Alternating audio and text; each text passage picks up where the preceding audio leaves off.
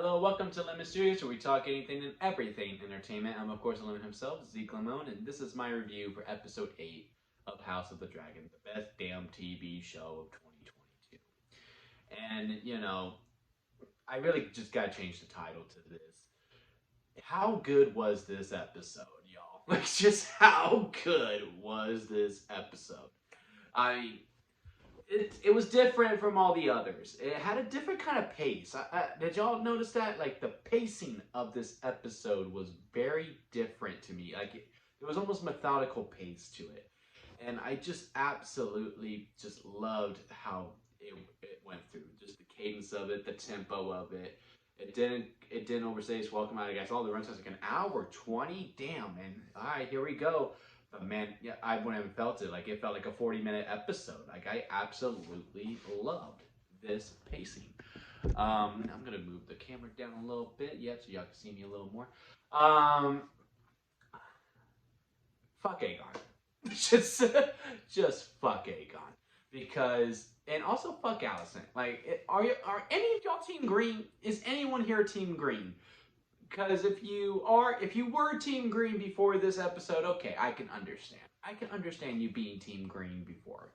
But if you're still Team Green after this, why? Because Alicent here is literally defending her son's rapist behavior. Like, yep, no one else saw, right? See, now you could just be like looking for attention, just gaslighting this chick for going through this traumatic thing. Like, that pissed me off. Like, I was really mad about that. And then this kid is freaking, well, I guess man now, because I think they're all 18 to 21, going over to his cousin's wife, who is also his cousin, or nephew. I don't know what he is. And then going, yeah, I can have sex with you. I mean, y'all just married. It don't mean nothing. Like, I was just like, damn, man, that's just fucked up. But let's get into what this episode is really all about. It was all about Viserys and his final hoorah. After last week's episode, I was just under the impression he's gonna make it. Like he's gonna make it through the whole entire season, and he's gonna get nominated for an Emmy. Patty Constantine better be nominated for an Emmy, and hell, I mean, he might as well just win the damn thing at this point. The way he played Viserys was so good, and it was just so, no pun intended, but gracefully. It was just played gracefully. And, he is going to be very missed. And I really did I really did enjoy his character quite a bit. Absolutely loved it. And, it never went away from who the character was, because the character was always just a guy who just wanted his family together and for his family to get along. And especially towards his later years. And, he always just tried to do the right thing and be the best king that he could possibly be. And I think he was a great man. He was an absolutely great man. Just probably wasn't the best king. I mean, he's definitely going to have a legacy because, one simple misunderstanding causes this giant civil war that kills most of the Targaryens and all the dragons. Okay. That kind of bugged me a little bit. I was like, really? It couldn't just be plain on greed? No, it has to be a fucking misunderstanding. But before we get more into that, the scene where the court scene where they're in the throne, and this whole entire time Rhaenyra's like, Dad, look, I need you. I know you can barely walk. I know you look awful. Which is kind of fucked up on her part. I'm not gonna lie. like obviously the man just needs the rest.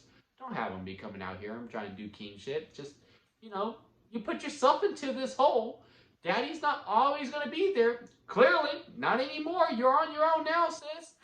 And let him rest. It's a little fucked up, but I get it. I really need your help. Please settle this. And then he does. And it was just, I mean, the music and the way he was walking and how he was climbing up, it was almost like a Lion King. Also, I want to talk about how King's Landing was. Did anyone get a Lion King type of vibe? Hear me out. Because when we first saw King's Landing, in episode 1, there's a bunch of colors. It was just so well lit in. The sun was you could see inside the corridors with the sun and all that stuff. And then when you see King's Landing in this episode, it's all dull.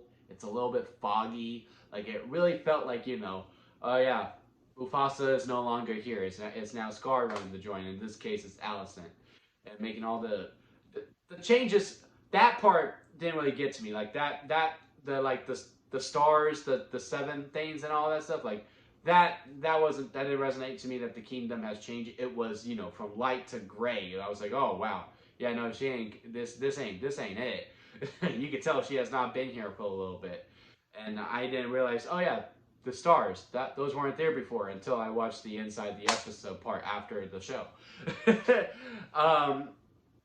And yeah, I just want to make that quick note real quick. But yeah, and then he comes out, and then Damien's helping him up on the throne, and he putting the crown on him. I'm like, that's a good arc for Damien. And then King's like, so what's the problem? I thought this was settled. Rhea, what's going on? And she's like, oh yeah, no, we good. Yeah, my granddaughters and my nephews, they're gonna get married. It's gonna be cool, man. It's gonna be all good. He's gonna be king. Everything's fine. I completely concur. Okay, cool. And then this other guy's like, yeah, no. Let me tell you, they're not Valerian. Like, it's just going off, and how Damien was like, say it. Just say it. Give me a reason. He's like, just always ready to fight. Damien, if y'all watch WWE, he is so low, because he's just like, go ahead and say something. I fucking dare you. I double dog dare you. He said it. Shoot, cut his damn head off. Which I will say the CGI looked kind of bad on. The CGI looked kind of wonky, but the budget went to Viserys' face, which looked phenomenally disgusting. Where you could see looked like Two-Face missing the face, missing the eye, and all that stuff. That was such a boss move. I was like, what a good husband. What a good husband. Because any good man would do that. Like, oh, you say something about my wife's kids? You say something about my wife? Boy, you can knock this. Well, not knocked him out, he killed him. And I also like the inside of the episode too, how the actor who got his headshot goes, he hit me from behind though. Like, I was like, way to keep defending your character. I absolutely love that. And then the dinner scene happens.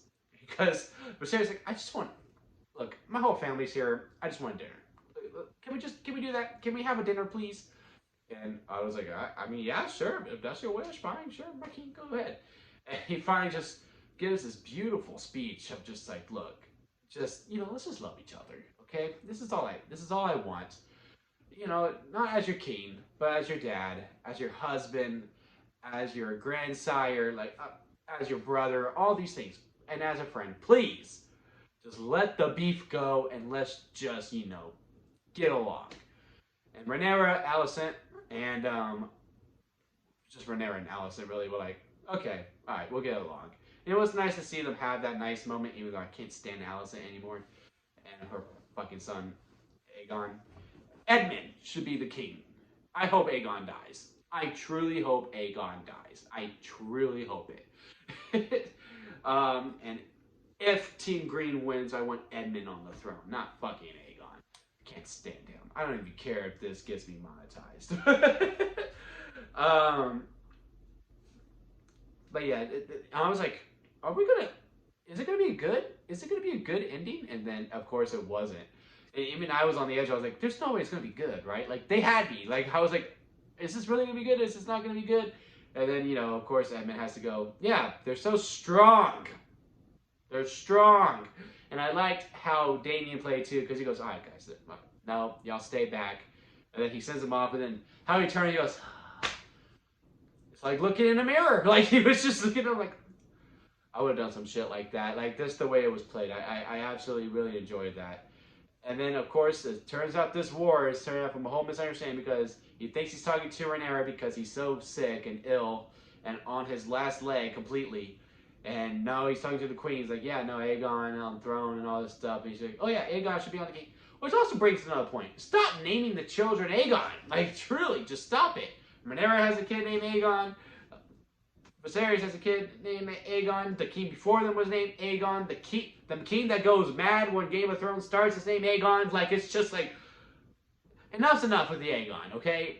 It's enough. Like, just stop it. Like, I'm pretty sure when the Jon Snow series comes out, that's a sequel series, they're like, oh yeah, the king, Bran, now Bran died, but he had a son named Aegon. Like, it's like I'm guaranteed, like that's gonna happen at this point. But yeah, overall, I really enjoyed this episode. I don't know what it is. These slower episodes give me more anxiety more than what it looks like next week's episode, which is the war episode. Because like I'm just like, yeah, action. Like I know bad stuff is gonna happen. Like, oh well, you know that happens in battle. But these ones, I'm just always like, oh my god, my hands are still up. Like I'm just like always on the defense with these ones. But yeah, what did y'all think about House of the Dragon Episode 8? Comment below, let me know. If you do like this video, give it a thumbs up, especially if you made it this far. You should go ahead and do that, be courteous. And also hit that subscribe button as I'm trying to grow into my YouTube career. And that'll be it for me, guys. I'll see you next time at Olympus Studios.